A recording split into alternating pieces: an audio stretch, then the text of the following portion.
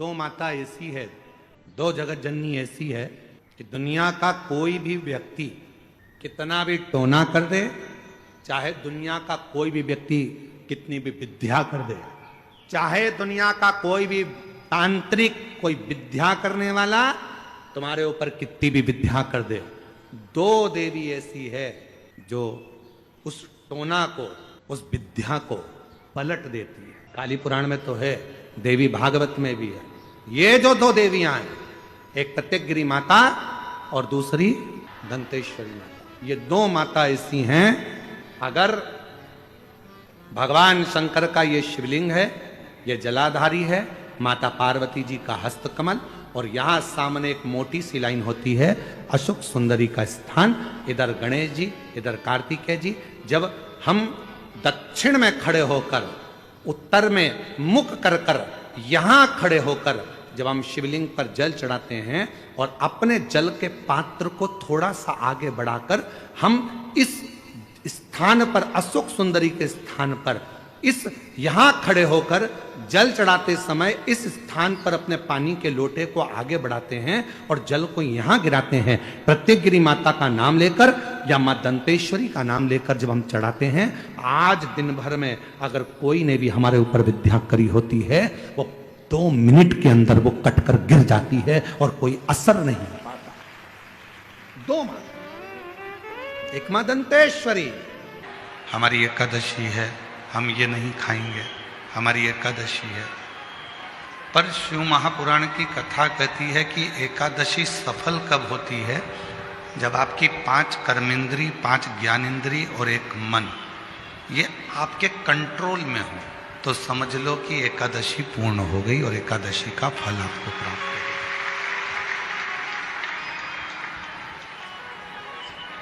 अब हमारी इंद्रियां हमारे कंट्रोल में नहीं है। नेत्र गलत देख रहे हैं, जिह्वा गलत बोल रही है, कान गलत सुन रहे हैं, श्रवण शक्ति गलत जगह जा रही है, नेत्र गलत जगह जा रही है, जिह्वा गलत बोल रही है।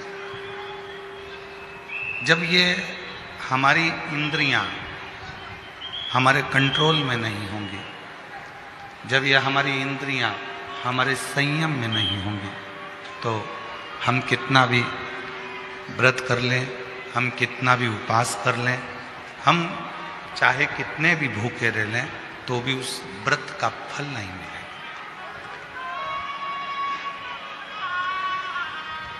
व्रत का फल कब मिलता है? जब हमारी इंद्रियां हमारे काबू में, कि नेत्र दिए रे तूने दाता बन के, नेत्र दिए रे तूने दाता बन के, और कभी नहीं दरस कियो दयालु मैंने अवगुण अवगुण बहुत कियो, दयालु मैंने अवगुण बहुत कियो। और मुख तो दिया रे तूने दाता बन के, मुख तो दिया रे तूने दाता बन के, कभी नहीं भजन कियो दयालु मैंने अवगुण बहुत कियो, कभी नहीं भजत कियो दयालु मैंने अवगुण बहुत कियो, अवगुण बहुत कियो दयालु मैंने अवगुण बहुत कियो। ये संसार सागर में आने के बाद यदि मैंने अपनी इंद्रियों को संयमित नहीं किया, संसार सागर में आने के बाद हमने अगर अपनी इंद्रियों को काबू में नहीं किया, तो फिर ये मानव का देह बेकार है, फिर ये मानव का देह बेकार। अगर हम अपनी इंद्रियों को काबू ना कर पाए, प्रेशर खोलो, प्रेशर नहीं आ रहा, अंदर भी नहीं आ रहा, बाहर भी नहीं आ रहा। अपनी इंद्रियों को काबू करा तो समझो कि हमने एकादशी का व्रत किया। कई लोग प्रदोष का व्रत करते हैं, हम उनसे कहते हैं कि आपने अपने कितने दोषों को समाप्त कर दिया। प्रदोष का व्रत कब सफल है? जब आप अपने दोषों को समाप्त करो। मैं गुस्सा नहीं करूंगा, गलत व्यसन नहीं करूंगा, गलत बात नहीं बोलूंगा, गलत चीज नहीं खाऊंगा, अपने दोषों को समाप्त करो।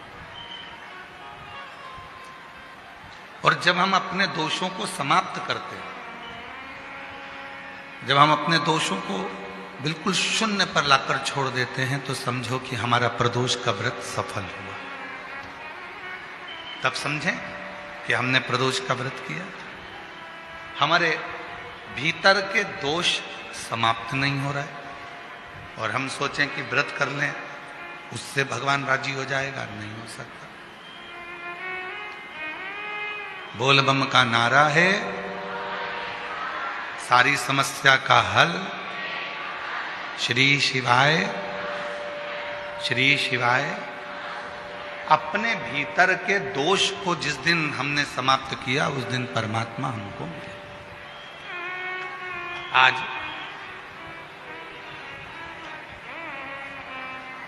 मां कर्माबाई की जयंती है।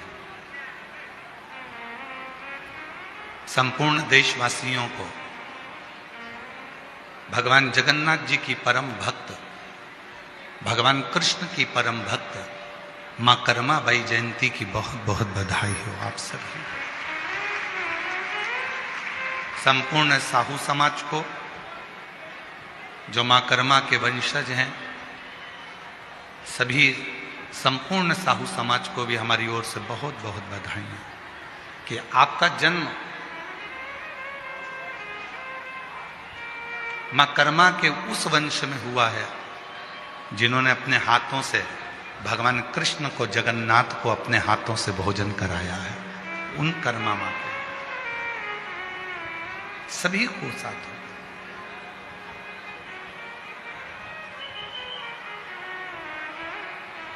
भक्ति, विश्वास, ये दो चीजें हैं। कितनी भी भक्ति कर लो, कितना भी भजन कर लो, कितना भी कीर्तन कर लो, कितना भी मंत्र जाप कर लो, कितना भी स्मरण कर लो, अगर तुम्हारा विश्वास तुम्हारे परमात्मा के प्रति नहीं है, तो फिर तुम्हारा कीर्तन करना, तुम्हारा भजन करना, तुम्हारी भक्ति करना बेकार। पर यदि तुमने विश्वास पूर्ण कर लिया, उसके ऊपर संपूर्ण अपना जीवन का भार सौंप दिया, फिर तुम कहीं जाओ ना जाओ, वो परमात्मा तुम्हें स्वीकार कर ले। आज से 25 साल पहले का एक टीवी पर एड चलता था। 25 साल पहले, 20 साल पहले आप लोगों ने भी बहुत टीवी पर नाटक देखे होंगे, चित्रहार देखा होगा, और बहुत सारी वीडियो आती थी, मूवियाँ आती थी, सब देखते थे अलग अलग चैनल पर। ईमानदारी से बोलना, आपने भी ये वाला सुबेरे सुबेरे श्री यंत्र बेचने वाले भी टीवी पर ऐड देते थे। बोलो सही है कि गलत है?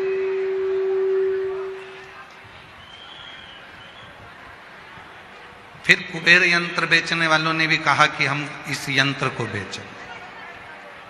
फिर हनुमान जी का यंत्र भी बेचने वाले, हम हनुमान जी का यंत्र बेचें।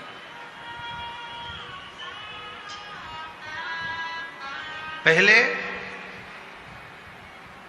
टीवी पर बहुत सारे यंत्र बिकते थे, अलग अलग यंत्र बताए जाते थे। वास्तु शांति का यंत्र है, कुबेर का यंत्र है, लक्ष्मी का यंत्र है, ग्रह दोष निवारण यंत्र है, सारे यंत्र बिकते हैं। और उसको लेने के लिए किसी दुकान पर नहीं जाना पड़ता था, आपके यहां ऑनलाइन वो यंत्र घर पर आ जाते हैं। उसको लेने नहीं जाना है। आपने टीवी पर एड देखा, मोबाइल पर, फोन पर बात करी, हमको ये यंत्र चाहिए, और वो यंत्र तुम्हारे यहां आ जाता है।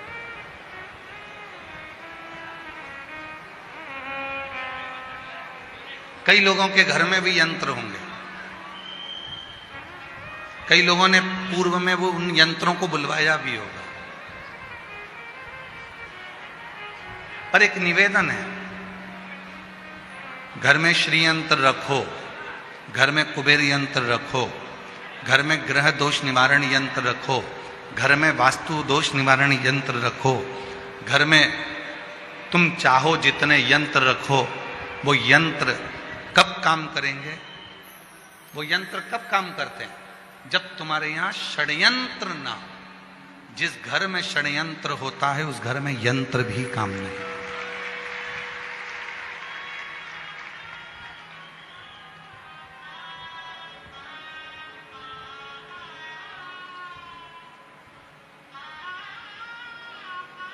इतना षड्यंत्र घर के अंदर चलता है,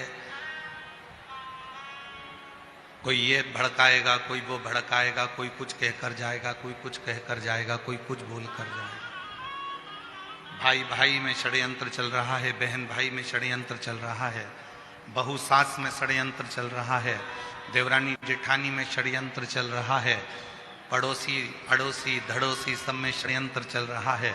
अब ईमानदारी से बोलो, इतने षड्यंत्र यदि घर में इतने षड्यंत्र चलेंगे तो कोई यंत्र तुम्हारे यहां काम करेगा? अरे बोलो तो जम के, नहीं कर सकते। षड्यंत्र घर में चलना बंद हो जाए।